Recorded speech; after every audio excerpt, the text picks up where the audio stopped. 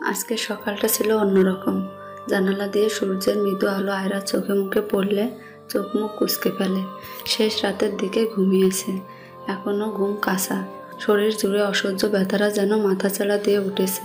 মুহূর্তেই ভেসে ওঠে কাল রাতের স্বামী নামক মানুষটার পাগলামি উন্মাদনা। লজ্জায় লাল হয়ে ওঠে আয়রার মুখশ্রী। আয়রা একটু নড়ে চড়ে ওঠার চেষ্টা করলে কারো শক্ত হাতের বাঁধনে বাধা পড়ে। চোখ ঘুরিয়ে দেখতে ইয়াসিন তাকে আষ্টে পৃষ্ঠে জড়িয়ে ধরে আছে। আয়রার নড়াচড়ায় বেশ বিরক্ত বোধ হয়তো, চোখ নাক কুঁচকে ফেলেছে। সেভাবে আয়রাকে জড়িয়ে ধরে ঘুমন্ত নেশাক্ত কণ্ঠে বলল, আয়রা বেবি, এখনো নড়াচড়া করার শক্তি পাচ্ছ কিভাবে? আমি কি তাহলে তোমাকে ঠিকভাবে আদর করতে পারিনি? বলেই চাইল আয়রার পানে। আয়রার মুখশ্রী লাল বর্ণ ধারণ করেছে। অসভ্য লোকের বেসামাল কথা শুরু হয়েছে। আয়রা মুখ ঝামটা দিয়ে বলে, অসভ্য লোক, ছাড়ুন বলছি। ইয়াসিন বাচ্চাদের মতো ঠোঁট ফুলালো, তারপর আবার চোখ বন্ধ করতে করতে বলল, তোমার বরের এখনো ঘুম সম্পূর্ণ হয়নি। তো আপনি ঘুমান, আমাকে ছেড়ে দিন। আয়রা প্রত্যুত্তর করলো। ইয়াসিন ঠোঁট উল্টে বিগড়ে যাওয়া বাচ্চাদের মতো বলল, বউ ছাড়া আমার ঘুম হয় না। আমার একমাত্র ঘুমের ওষুধ বউ। বউকে না জড়িয়ে ঘুমালে ঘুমরা টাটা বাই বাই দিয়ে গায়েব হয়ে যায়। আয়রা নড়াচড়া করছে ছাড়া পাওয়ার জন্য, হাত পা ছুটছে আর বলছে, ইস, নাটক করবেন না, ছাড়ুন না প্লিজ। নতুন বউ এতক্ষণ ঘুমালে লোকে মন্দ বলবে। ইয়াসিন এবার চোখ তুলে তাকালো, তারপর আয়রার বুকে মাথা রেখে বলল, নতুন বউয়ের অনেক কাজ থাকে রাতে, লোকে জানে। তাই তাড়াতাড়ি উঠলে উল্টো আমার দিকে আঙ্গুল উঠবে জান। বেসামাল লোকের নির্লজ্জ কথায় আয়রার বেগতিক অবস্থা হয়। লজ্জায় কুকড়ে ওঠে। তখনই দরজায় কড়া নাড়ে কেউ।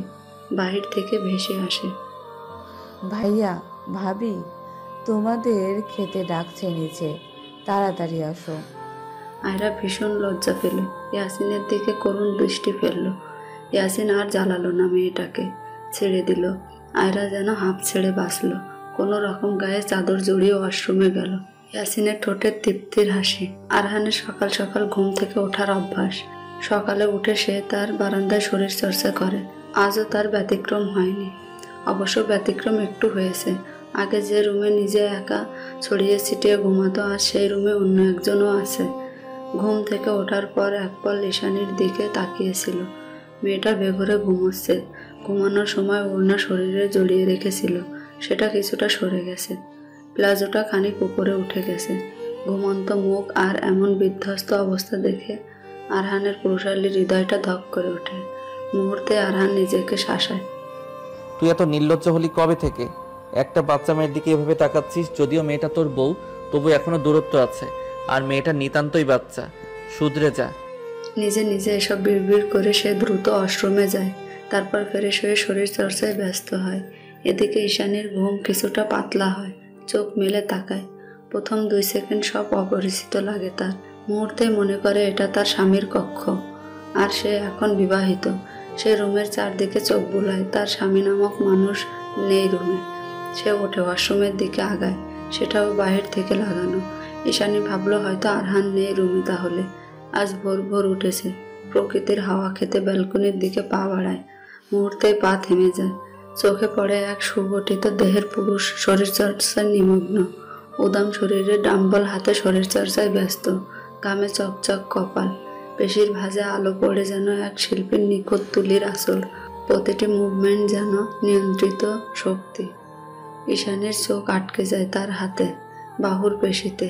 পেশিবহুল বাহু, চওড়া কাঁধের গতিবিধিতে বেড়ে যায় কিশোরীর বুকের ধুকপুকানি। কিন্তু সবচেয়ে বেশি দৃষ্টি কাটছিল তার মুখের অভিব্যক্তি।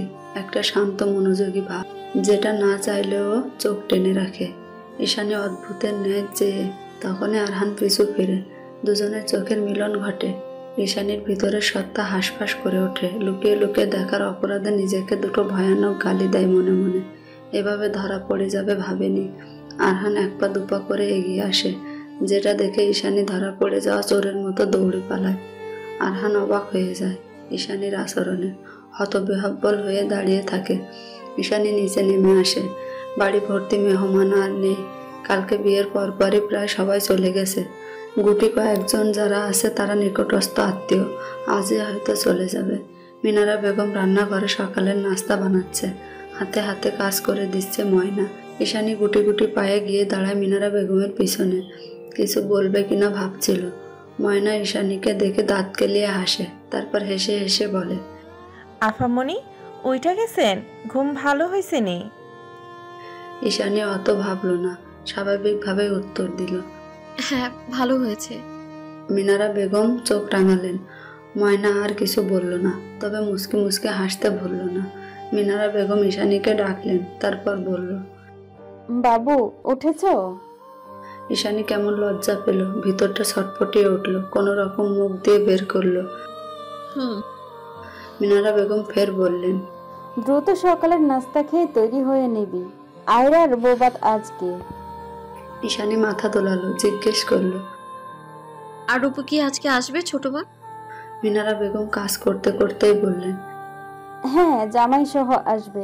আর শোন, আমার রুমের ড্রেসিং টেবিলের ওপর শাড়ি আর কিছু গহনা আছে, ওগুলো পরে তৈরি হবি। ঈশানী ভীষণ খুশি হলো, গদগদ হয়ে বলল, আর রূপু আসছে, ভালো হবে। আমার আপুকে ছাড়া একদমই ভালো লাগে না, কেমন একা একা লাগে সবকিছু। তারপর হাতে হাতে কাজ করে দিল। খাবার টেবিলে আস্তে আস্তে সকলে উপস্থিত হয়েছে। জাহিদ চৌধুরী, আরহান সবাই বসেছে খেতে। পাশে বসেছেন এক বৃদ্ধ মহিলা, সম্পর্কে জাহিদ চৌধুরীর ফুপু হয় আর আরহানের দাদি। জাহিদ চৌধুরীর মা মারা যাওয়ার পর এই মহিলাই অনেক করেছে, সেই হিসেবে তাকে যথেষ্ট মান্য করা হয়। ঈশানী রান্নাঘর থেকে খাবার এনে টেবিলে দিচ্ছে। বৃদ্ধ মহিলা নিখুঁত চোখে দেখছে ঈশানীকে। হঠাৎ ঈশানীকে থামিয়ে দিল, পা থেকে মাথা পর্যন্ত দেখে মুখ বাঁকিয়ে বলল, নতুন বউ তুমি, শাড়ি পরো নাই কেন? এখনো কি বাড়ির মাইয়া আছো তুমি? বড় হইছো, বউয়ের মতো থাকবা, বুঝছো? ঈশানী কিছু বলল না, মাথা নিচু করে রইল।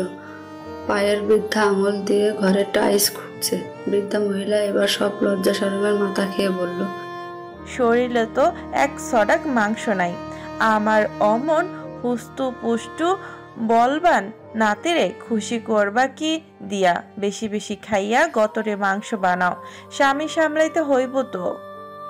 আরহান কেবলই জুসের গ্লাসে চুমুক দিয়েছিল। এরকম নির্লজ্জ কথা শুনে নাকে মুখে উঠে গেল। ঈশানী লজ্জা শরমে গাঢ় হয়ে রইল। চলে যাওয়া বেয়াদবি হবে বলে নিজের চিবুক গলায় নামিয়ে দাঁড়িয়ে আছে। তার এই মুহূর্তে মনে হচ্ছে তাকে যদি এই পৃথিবী থেকে উধাও করে দেওয়া হতো তাহলে বোধহয় সবচেয়ে বেশি ভালো হতো। ছেলে ও ছেলের বউয়ের সম্মুখে এমন কথায় জাহিদ চৌধুরী বেবুক বনে গেছে। কোনো রকম ফুপুকে বললেন, এসব কি বলছো ফুপু, চুপচাপ খাও তো। বলে সেও পালালো। বৃদ্ধা ভীষণ বিরক্ত হলো, নাক মুখ কুঁচকে বলল, আমি কি ভুল কইলাম? দাদু ভাই তুমি কও, ওর গতরে গোস্তের দরকার আছে না এই হাড্ডি শরীরে? বাকিটা সম্পূর্ণ করার আগে আরহান বলে উঠল, সমস্যা কি দাদি? ও না পারলে তুমি আছো তো, তোমারই তো দাদা আমার জন্যই রেখে গেছে, তুমি আইসো ওর জায়গায়। ঈশানী এবার লজ্জায় হেসে ফেলল। আরহান মৃদু ধমকে দিয়ে বলল, এখানে কি করছো? যাও, মার কাছে যাও। বৃদ্ধা মহিলা আরহানের পিঠে চাপড় বসিয়ে বলে, মেলা দুষ্ট হইছস তুই, তোর দাদাও এমন আছিল। আরহান আর শুনল না, উঠে চলে গেল। বৃদ্ধাও খেতে খেতে কল্পনা করতে লাগলো নিজের প্রাণপ্রিয় গত হওয়া স্বামীকে। ঈশানী সবে গোসল করে বের হয়েছে, দেখে ময়না বসে আছে বিছানার উপর, শাড়ি গয়না। ময়না দাঁত গালালো। যে কোনো মুহূর্তে দাঁত গালানো এই মেয়ের অভ্যাস, দেখতে খারাপ লাগে না। তারপর ঈশানীকে বলল, আফামনি আমনেরে কিন্তু এখন আমার ভাবি মনি কন উচিত কি কন? ঈশানী চুলে পেঁচানো টাওয়াল খুলতে খুলতে বলল, আপামনি ঠিক আছে, এটাই ডাকবে। ময়না বোধহয় কথাটা পছন্দ হয় না, তবুও কিচ্ছু বলল না। এগিয়ে এসে বলল, খালাম্মায় কইছে আমনেরে এই শাড়ি পিন্দা রেডি হইতে। ঈশানী তাকালো শাড়িটির দিকে। ভীষণ সুন্দর পাথরের কাজ করা আকাশে সাদা মিশ্রণের শাড়ি, কিন্তু সে তো শাড়ি পরতে পারে না। আজ তো আরো আপুও নেই। কিছু একটা ভেবে সে ময়নাকে বলল, ময়নাপু, তুমি আমাকে শাড়িটা পরিয়ে দেবে? আমি তো পরতে পারি না। ময়না মাথা নাড়িয়ে সম্মতি জানিয়ে বলল, আচ্ছা আপনি সাজগুজ কইরা নেন। ঈশানী মাথা ঝাঁকালো, তারপর হেয়ার ড্রায়ার দিয়ে চুল শুকিয়ে নিল। মুখে ক্রিম দিয়ে হালকা ফেস পাউডার দিল, ঠোঁটে হালকা গোলাপি লিপস্টিক চোখে হালকা করে কাজল আর কপালে একটা টিপ দিয়ে তার শ্বাস পূর্ণ করলো। এতটুকুতেই তাকে বেশ সুন্দর স্নিগ্ধ লাগছে। কাজল দেয়া চোখ জোড়া বেশ স্থির লাগছিল। ময়না একটু মনক্ষুণ্ণ হলো, বলল, আফামনি এত কম সাজলেন, আর একটু সাজেন, আমনেরে সাজলে সুন্দর লাগে। ঈশানী হাসলো একটু, তারপর প্রত্যুত্তর করলো, এতেই হবে। তুমি আমায় এখন শাড়িটা পরিয়ে দাও। ময়না শাড়ি পরিয়ে দিচ্ছে। আঁচল ঠিক করতে যেয়ে সেফটি পিন পাচ্ছে না। এটা আরহানের রুম, এখানে মেয়েটার জিনিস থাকবে না, সেটাই স্বাভাবিক। ঈশানী ময়নাকে বলল তার রুমে সেফটি পিন আছে, গিয়ে নিয়ে আসতে। ময়নাও দৌড় লাগালো। ঈশানী দাঁড়িয়ে শাড়ির কুচি ঠিক করছিল। তার লম্বা চুলগুলো হেয়ার ক্লিপ দিয়ে উঁচু করে বেঁধে রেখেছে, আর আঁচল ঠিক না করায় কোমর ও পিঠের বেশ কয়েকটা জায়গা উন্মুক্ত ছিল। আরহান নিজের রুমে আসলো, উদ্দেশ্য গোসল করে তৈরি হবে। কিন্তু নিজের রুমে ঢুকে এমন দৃশ্য দেখে তার পা জোড়া আপনা আপনি থেমে যায়। তার গলা যেন শুকিয়ে গেছে, ভিতর থেকে পানির জন্য ছটফট করছে, শুকনো ঢোক গিলল। ঈশানীর ফর্সা আকর্ষণীয় লতানো কোমর ও পিঠে নজর আটকে গেল, না চাইতেও। বিশেষ করে পিঠের উপর কালো কুচকুচে তিলে চেয়েও নিষিদ্ধ ইচ্ছারা মাথাছাড়া দিয়ে উঠল। চেয়েও নজর ফেরাতে পারল না। সাদা আকাশের সংমিশ্রণে পরিহিত শাড়িতে যেন তাকে এক টুকরো আকাশ লাগছিল।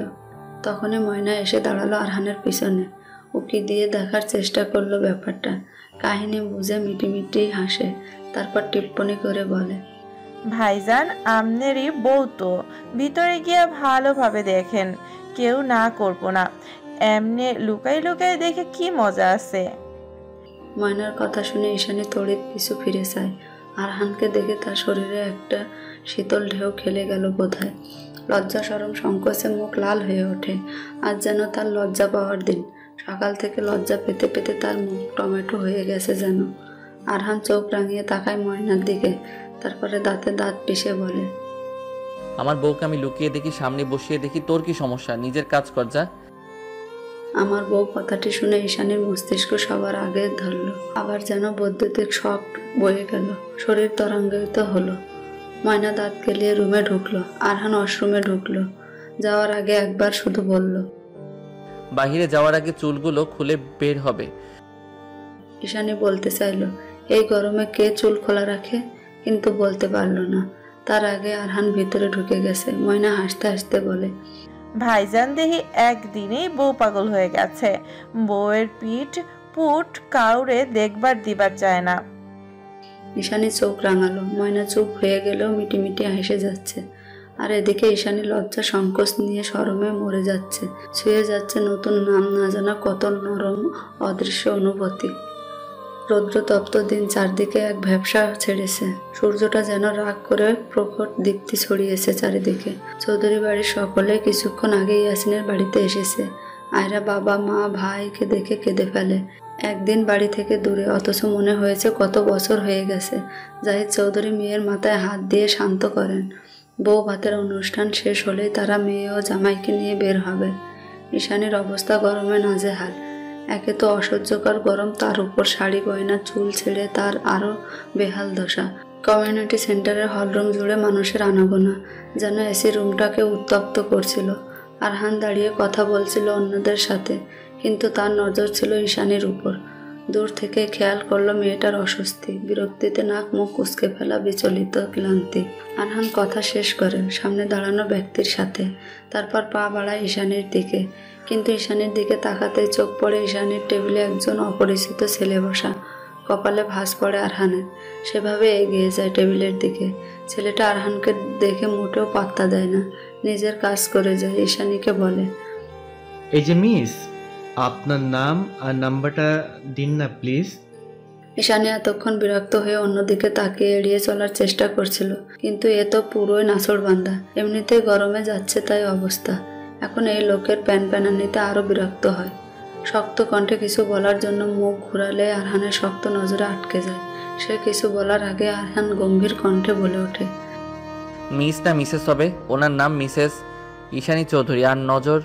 আর নম্বর ওনার হাজবেন্ডেরটা নিতে পারেন, because she is not available. সামনে বসা ছেলেটি থতমত খেল, কোনো রকম দুঃখিত বলে কেটে পড়ল। ঈশানী মাথা নিচু করে ফেলেছে। আরহান ঈশানীর পাশে বসে পানির বোতল এগিয়ে দেয়। পকেট থেকে টিস্যু বের করে দেয়। ঈশানী ঘাম মুছছে। ঢকঢক করে পানি খেয়ে একটু স্বস্তি অনুভব করে। আরহান ঈশানীকে পর্যবেক্ষণ করে বলে, কোনো সমস্যা? তোমাকে দেখে ঠিক লাগছে না। ঈশানী মাথা ডানে বামে নেড়ে বুঝালো কোনো সমস্যা নেই। আরহান ভুরু কুঁচকে তাকিয়েই রইল কিছুক্ষণ, পরেক্ষণে উঠে চলে গেল। ঈশানী সেভাবেই বসে রইল। মিনিট 10 পর আরহান ফিরে এলো। ঈশানীকে বলল, গাড়িতে গিয়ে বসো। ঈশানী পলক ঝাপটে চাইল, ফের শুধালো।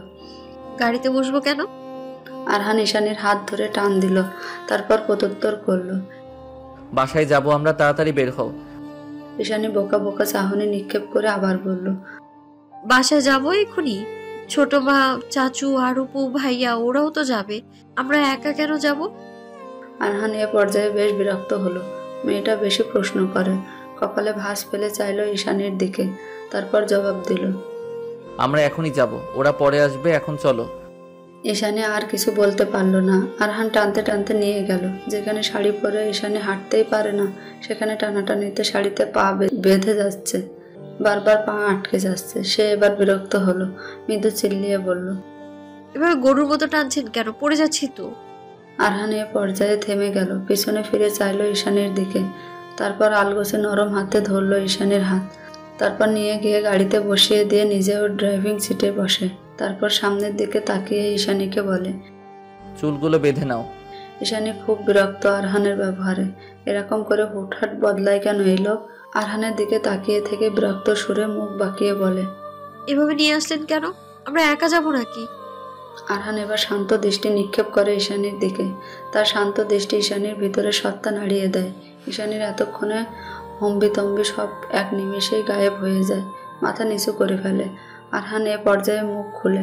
মুখ থেকে নিঃসৃত হয় শান্ত শীতল গভীর কণ্ঠস্বর, বের হও। ঈশানী যেন তাজ্জব বনে গেল, ফ্যালফ্যাল করে তাকিয়ে রইল, কিছু বলতে পারল না। আরহান এবার ধমকে উঠল, কি বললাম শুনতে পাওনি? গাড়ি থেকে বেরিয়ে যাও। ঈশানীর খুব আত্মসম্মানে লাগলো। চোখ দুটো টলমল করে উঠল, নাকের পাটা ফুলে উঠল, খানিকটা তীর তীর করে ঠোঁটও কাঁপছে। কোনো রকম সিট বেল্ট খুলে বের হতে নিলে শাড়ির আঁচলে টান পড়ে। ঈশানী পিছনে না ফিরে অভিমানী বদনে কান্না আটকে বলে, এভাবে আঁচল ধরে রেখেছেন কেন? অপমান করে স্বাদ মেটেনি? নিজেই অপমান করে গাড়ি থেকে বের করে দিলেন, আবার নিজেই আটকাচ্ছেন। ছাড়ুন আমার আঁচল। ঈশানীর নাকের পাটা আরো ফুলে ওঠে, কিন্তু শাড়ির আঁচল ছাড়া পায়নি। ঈশানী এবার রেগে পিছু ফিরে বলতে নেয়, দেখুন। আর বলতে পারে না। দেখতে পায় আরহান দুহাত উঁচু করে বসে আছে, মানে সে শাড়ির আঁচল ধরেনি। ঈশানী এবার লক্ষ্য করলো তার শাড়ির আঁচল স্টারিংয়ে আটকে গেছে। লজ্জায় যেন তার মাথা কাটা গেল। ছি, কি ভাববে উনি? এভাবে কেউ নিজের ইজ্জতের ফালুদা নিজে করে? নিশ্চয় ঈশানীকে নিয়ে উল্টো পাল্টা ভাববে। এইসব মনে মনে বিড়বিড় করছিল সে। আরহান কয়েক পল চেয়ে বলে, এর জন্য বউ হিসেবে এসব বাচ্চা মেয়ে আমার পছন্দ না। এরা বুঝে কম আর ফ্যাস ফ্যাস করে কাঁদে বেশি। ঈশানী এবার চাইলো, ডাগর ডাগর চোখগুলো মিলে চাইলো, তারপর নির্জীব হয়ে বলল, আপনি চাইলেই এটাকে উপড়ে ফেলতে পারেন, আমি কোনো দাবি রাখবো না। কিন্তু আমি তো দাবি রাখবো। বলে ঈশানীর উপর ঝুঁকে গেল আরহান। হুট করে এমন হওয়া ঈশানী ভয় পেয়ে যায়, চোখ খিচে ফেলে। কানে আসে আরহানের গম্ভীর কণ্ঠস্বর, আমি স্বামীর দাবি ফলাতে চাই, সেটাও এক্ষুনি। বলে ঈশানীর মুখের দিকে আরেকটু ঝুঁকে যায়। ঈশানী গোলাপে অধৈর্যরা কাঁপছে, নিঃশ্বাসের গতি বেড়েছে, কিন্তু কণ্ঠনালী যেন আটকে আছে, কিছু চেয়েও বলতে পারছে না। তখনই আবার শুনতে পায় আরহানের শান্ত সাবধান বাণী, শোনো মেয়ে, তোমাকে আগেও বলেছি, এখনো বলছি, বাচ্চা হয়ে বড়দের কথা বলবে না। আর এই সম্পর্কে যখন আমরা না চাইতো জড়িয়ে গেছি, তখন এই সম্পর্ক থেকে কারো মুক্তি নেই, না আমার আর না তোমার। তুমি ছোট বলেই আমি তোমাকে মানিয়ে নেওয়ার এত সুযোগ দিচ্ছি, কিন্তু তুমি যদি বড়দের মতো আচরণ করো, তাহলে আমারও বড়দের মতো আচরণ কাজ করতে 2 মিনিটও লাগবে না। I don't like to repeat, so don't make me repeat it again and again. কথাগুলো বলে সরে আসে আরহান। ঈশানী যেন দেহে প্রাণ ফিরে পায়, চোখ খুলে তাকায়। তার গাল গরম হয়ে আছে, কান গাল দিয়ে গরম আভা বের হচ্ছে। এই লোকটার চাহনি, কাছে আসা, স্পর্শ কিচ্ছু নিতে পারে না ঈশানী। কেমন মূর্ছা যায়। ঈশানী মাথা নিচু করে রয়। আরহান একবার দেখে নেয় ঈশানীকে, তারপর গাড়ি স্টার্ট দিতে দিতে বলে, চুলগুলো বেঁধে ফেলো, এখন গরম কম লাগবে, আমরা এখনই বাসায় যাব, বেশিক্ষণ লাগবে না। ঈশানী আর কথা বাড়ালো না, আরহানের প্রতিটি কথা শুনলো, সেই অনুযায়ী কাজ করলো। জাহিদ চৌধুরী এবং মিনারা বেগম মাত্রই মেয়ে ও মেয়ে জামাইকে নিয়ে বাড়িতে প্রবেশ করলো। ঈশানী গাড়ির হর্ন শুনতে ছুটে এসেছে, এসে আয়রার জিনিসগুলো হাতে হাতে নিয়ে যাচ্ছে। আয়রার সাথে গল্পে মশগুল হয়েছে দুই বোন। ইয়াসিন ড্রয়িং রুমে শ্বশুরের সাথে আলোচনায় ব্যস্ত। আয়রা ঈশানী দুজনে আয়রার রুমে বসে আছে। আয়রা তার শ্বশুর বাড়ির গল্প করছে, ঈশানী মন দিয়ে শুনছে, মাঝে মাঝে হেসে কুটি কুটি হচ্ছে। আয়রা ঈশানীর দিকে তাকালো, মেয়েটাকে কেমন প্রাণবন্ত দেখাচ্ছে। খুব কম মেয়েটা এভাবে হাসে, আগে থেকেই একটু নীরব চুপচাপ স্বভাবের ছিল। একসাথে গল্প করতে বসলে বেশিরভাগ সময় চুপ করে শুনতো, কিন্তু এরকম প্রাণবন্ত হাসি জীবন্ত ঈশানীকে আগে দেখেনি। আয়রা ঈশানীর হাত ধরে জিজ্ঞেস করলো, কি ব্যাপার ঈশ্বরানী, খুব খুশি লাগছে আপনাকে? স্বামী সোহাগে দেখি ফুটন্ত পদ্ম ফুলের মতো দীপ্তি ছড়াচ্ছে। আমার ভাই কি এমন করলো বিয়ের পর বলতো দেখি? ঈশানী ভীষণ লজ্জা পেল। তার আয়রা আপু এসব কি বলছে? লজ্জায় লাল আভা ছড়িয়ে পড়লো মুখশ্রী জুড়ে। রাজুক কণ্ঠে মিনমিনিয়ে বলল, যাও, কি যে বলো তুমি, সেরকম কিছুই না। তুমি তো কত মজার মজার কথা বলছো, না হেসে কি কাঁদবো আমি? আয়রা একগাল হেসে জড়িয়ে ধরলো ঈশানীকে, তারপর আদর দিতে দিতে বলল, না, একদম না। তোর মুখে সবসময় হাসি থাকুক, তো এরকম প্রাণবন্ত সজীব শীতের শিশির কণার মতো চকচক করতে থাক। ঈশান্যের হাসি দীর্ঘ হলো। এই মানুষগুলো আছে বলেই তার জীবন সার্থক, না হলে বাবা মাকে হারিয়ে সে তো কবে নিঃস্ব হয়ে পড়ে থাকতো। রাত 11টা বাজে। ঘরে প্রবেশ করলো ঈশানী। বিকেলে বাসায় এসে যে বেরিয়েছে, এর মধ্যে দেখতে পায়নি আরহান। মহারানীর মাত্র সময় হয়েছে ঘরে আসার। ঈশানী ঘরে এসেই একটা সুতির জামা নিয়ে ওয়াশরুমে যায়। মিনিট 5 পরে বেরিয়ে আসে। ব্যালকনির দিকে অগ্রসর হলে শুনতে পায় আরহানের কণ্ঠস্বর। বিয়ে করে কি পড়াশোনা বাদ দিয়ে দিয়েছ? ডাক্তার আরহান মীর চৌধুরীর স্ত্রী সামান্য এসএসসি পাস, এটা কিন্তু আমি কিছুতেই মেনে নেব না। বিয়ে শাদী হয়ে গেছে, এখন পড়াশোনা বাদ দিয়ে সংসার সামলাবে, এরকম মনোভাব থাকলে পাল্টে ফেলো, কারণ পড়াশোনা তোমাকে করতেই হবে। ঈশানী বোকার মতো তাকিয়ে থাকে, তারপর চেয়ে থাকে, উত্তর দেয়, পড়াশোনা বাদ দেবো কেন? আমি তো চাই পড়াশোনা করতে। ঈশানীকে সম্পূর্ণ করতে দিল না আরহান, আবার বলে উঠল, তাহলে পড়াশোনা না করে দেই দেই করে এ ঘর ও ঘর বেড়াচ্ছ কেন? কালকে থেকে কলেজ যাবে, বুঝতে পেরেছ? ঈশানী কিছু বলল না, শুধু ঘাড় কাত করে সম্মতি জানালো। আরহান আবারও বলল, টেবিল ল্যাম্প জ্বালিয়ে ঘুমিয়ে পড়ো। আরহান সোফার দিকে অগ্রসর হয়। ঈশানী চট করে শুধায়, আপনি ঘুমোবেন না? আরহান পিছু ফিরে চায়। কি শান্ত নির্মল চাহনি তার। চোখের ভাষা পড়তে অক্ষম হলো ঈশানী, তাই শান্ত বর্ণের দৃষ্টি নামিয়ে দিল। আরহান বলল, একটু কাজ আছে, শেষ করে ঘুমাবো। ঈশানী কিছু বলল না, শুয়ে পড়ল বিছানায় এক কোণে দখল করে। মাঝরাতে হঠাৎ ঘুম ভেঙে যায় ঈশানী। পানির তৃষ্ণা পেয়েছে তার। উঠে পাশে তাকায়, লোকটা তার পাশে নেই। তারপর চোখ ঘুরিয়ে যায় ডান দিক। ল্যাপটপের মৃদু আলোয় পরিস্ফুটিত হয় আরহানের মুখশ্রী। ঈশানী বালিশের নিচে হাতে মোবাইল বের করে হাতে নেয়। সময় দেখে রাত 2:45। কপাল কুঁচকে ওড়না ভালোভাবে জড়িয়ে নেয় শরীরে। তারপর এগিয়ে যায় আরহানের দিকে। ঘুম জড়ানো মিষ্টি ও মধুর কণ্ঠে বলে, এখনো ঘুমাননি? অনেক রাত হয়েছে তো। ঈশানীর ঘুম জড়ানো আবেশী কণ্ঠে থমকে যায় মানবের হৃৎপিণ্ডটা। মৃদু কেঁপে ওঠে বোধহয়। চোখ তুলে তাকায় ঈশানীর পানে। ফোলা ফোলা মুখ, এলোমেলো চুলে কেমন যেন মোহনীয় লাগছে। আরহান চোখ বন্ধ করে নেয়। দুটো জোরে জোরে নিঃশ্বাস নিয়ে নিজেকে ধাতস্থ করে, তারপর বলে, কাজটা শেষ করে ঘুমাবো। তুমি উঠেছো কেন? কিছু লাগবে? ঈশানী পায়ের বৃদ্ধাঙ্গুল দিয়ে মেঝে খুঁটে যাচ্ছে। ধিমি গলায় বলে, পানি খেতে উঠেছিলাম। আরহান অত গুরুত্ব দিল না। টেবিলের উপর পানির বোতল দেখিয়ে দিয়ে বলল, ওখানে আছে, খেয়ে নাও। ঈশানী এগিয়ে গিয়ে পানি খেলো। ঘুরে আবার আরহানের কাছে দাঁড়ালো, একটু বেশি কাজ ঘেঁষে। আরহান তাকালো ঈশানীর দিকে, বোঝার চেষ্টা করলো মেয়েটার অভিব্যক্তি। তারপর ভুরু উঁচিয়ে শুধালো, কি হয়েছে? ঈশানী কিছু বলল না, মাথা নিচু করে দাঁড়িয়ে আছে। আরহান আবার জিজ্ঞেস করলো, কি হয়েছে? ঈশানী এবার মুখ খুললো, মাথা নুইয়ে ধিমি নরম করুণ কণ্ঠে বলল, আপনিও আসুন প্লিজ। আরহান অবাক নেত্রে চাইলো ঈশানীর পানে। ঈশানীর হাব ভাব বোঝার চেষ্টা করলো। ঈশানী আবার বলল, এমনিতেও অনেক রাত হয়েছে, শরীর খারাপ করবে। আর ঈশানী থেমে যায়। আরহান তখনও চেয়ে কিছু বলছে না। ঈশানী আবার বলে, আমার ভয় করছে, বাজে স্বপ্ন দেখেছি আমি। আরহান কিছু না বলে ল্যাপটপটা বন্ধ করে দিল। তারপর সোজা বিছানায় গিয়ে শুয়ে পড়ল। ঈশানী দাঁড়িয়ে দেখল, পরে সে নিজেও গিয়ে শুয়ে পড়ে আরহানের পাশে। ভোরের হালকা আলোয় ঘরটা ধীরে ধীরে উজ্জ্বল হয়ে ওঠে। জানালার পর্দা হালকা ভেসে উঠেছে বাতাসের ছোঁয়ায়। আরহান চোখ মেলে তাকালো ঘড়ির দিকে। ঘড়ির কাঁটা জানান দিচ্ছে এখন 6:15। আরহান উঠে বসলো। পুরো রুমে একবার চোখ বুলিয়ে কোথাও কাউকে দেখতে পেল না। মাথা ঘামালো না বেশি। নিজের মতো ফ্রেশ হয়ে শরীর চর্চায় মনোযোগী হয়। এর মাঝে একবার ময়না এসে কফি দিয়ে গেছে। আরহান নিজে কাজে ব্যস্ত হয়ে পড়ে। ঈশানী সকাল সকাল ঘুম থেকে উঠে চলে এসেছে রান্নাঘরে। ছোট মাকে টুকিটাকি কাজে সাহায্য করছেন। মিনারা বেগম না করলেও শোনেনি। ব্রেকফাস্ট সবে তৈরি করছেন মিনারা বেগম। টেবিলে এগিয়ে দিচ্ছে ঈশানী। টেবিলে খাবার সাজাতে সাজাতে মোটামুটি সবাই চলে এসেছে। জাহিদ চৌধুরী এসে নিজের জন্য বরাদ্দকৃত চেয়ারে বসে পড়েন। আয়রা ও ইয়াসিন এসে বসে পড়ে। সিঁড়ি দিয়ে নামতে দেখা যায় আরহানকে, একদম ফর্মাল পোশাকে। এসে বাবার পাশে চেয়ারে বসে পড়ে। আরহানকে তৈরি হয়ে নামতে দেখে আয়রা মুখ বাঁকিয়ে বলে, কি ভাইয়া, তুমি বিয়ের 2 দিন যেতে না যেতেই ডাক্তারি করতে চলে যাবে? বিয়ের পানি তো এখনো শুকালো না। ইয়াসিন কিছু বলল না, মিটি মিটি হাসছে শুধু। জাহিদ চৌধুরী তাল মেলালেন সাথে, আরও তো ঠিকই বলছে, কয়েকটা দিন ছুটি নিতে পারতে। আরহান কোনো ভ্রুক্ষেপ করল না, ভাবলেশীন ভাবে বলল, আমার বিয়ের জন্য পেশেন্টের চিকিৎসা আটকে মারবো নাকি? ঈশানী কেবলই ব্রেড পরোটা রাখতে টেবিলে এসেছিল। ঈশানীকে দেখে আরহান মেজাজ খিচিয়ে উঠল।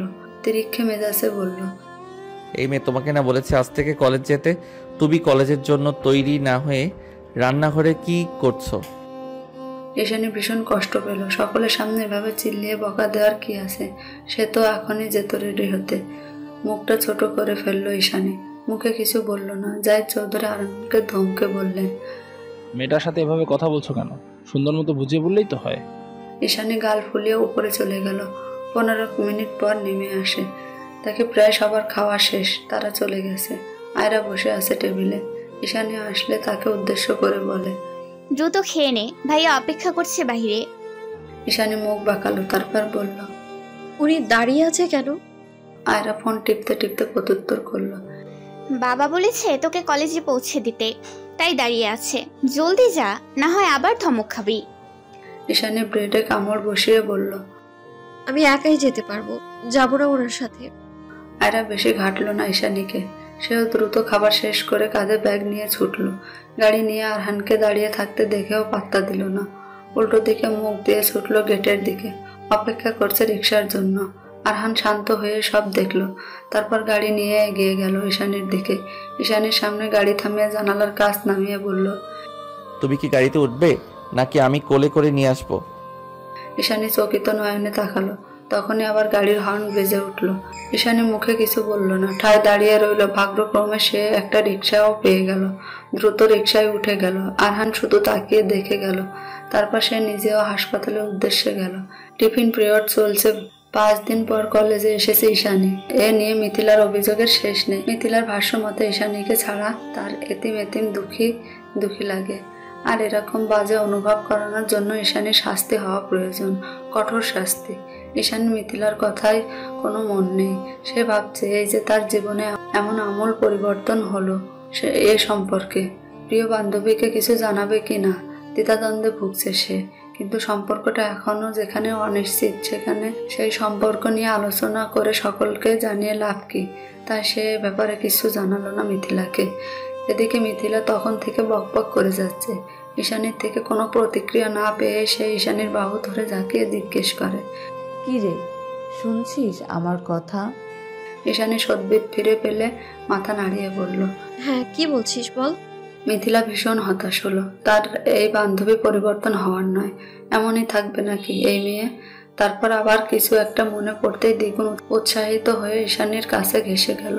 তারপর আদর আদর কণ্ঠে বলল, এই শোন, তুই যে এতদিন কলেজে আসিসনি, আমি তো ভীষণ কষ্ট পেয়েছি। তোর কি উচিত না এই কষ্ট ভুলিয়ে দেওয়ার জন্য আমাকে খুশি করা? ঈশানী কপাল কুঁচকে চোখ ছোট ছোট করে চাইল। মেয়েটার মতিগতি তার ঠিক ঠেকছে না। সেভাবে উল্টে প্রশ্ন করল, কাহিনী কি, ছেড়ে কাশো দেখি। মিথিলা এবার একটু লজ্জা পেল। আঙুল দিয়ে ঈশানীর হাতে আঁকিবুকি করতে করতে বলল, আমি ফেসবুকে একটা ছেলের সাথে প্রেম করছি। আজকে আমাকে দেখা করতে ডেকেছে। কিন্তু একা যেতে ভয় করছে। তুই চল না আমার সাথে, তুই থাকলে আমি সাহস পাবো। ঈশানী অবাক হলো। সে ছিল না মাত্র 5 দিন, এরই মধ্যে সে প্রেমিক জুটিয়ে ফেলেছে। ঝাঁঝালো কণ্ঠে বলল ঈশানী। একা একা আমাকে না বলে প্রেমিক জোগাড় করেছো? একা একাই দেখা করো, যাও। মিথিলা ঈশানীকে জড়িয়ে ধরে ন্যাকামি করে বলল। আরে জানু, রাগ করছিস কেন? তুই তো ছিলি না, তোর একাকিত্ব অনেক অনুভব করেছিলাম। তখনই ওই ছেলেটা তার কাঁধ মানে অনলাইনে অদৃশ্য কাঁধ বাড়িয়ে দেয় আমার দিকে। আমি সান্ত্বনা নিতে গিয়ে প্রেমে পড়ি। এটা কি আমার দোষ বল? আমার ভোলা ভালা নরম মন পিছলে গেল। তারপরও ছেলেটা মেডিকেলে পড়ে, বুঝছিস? এই তো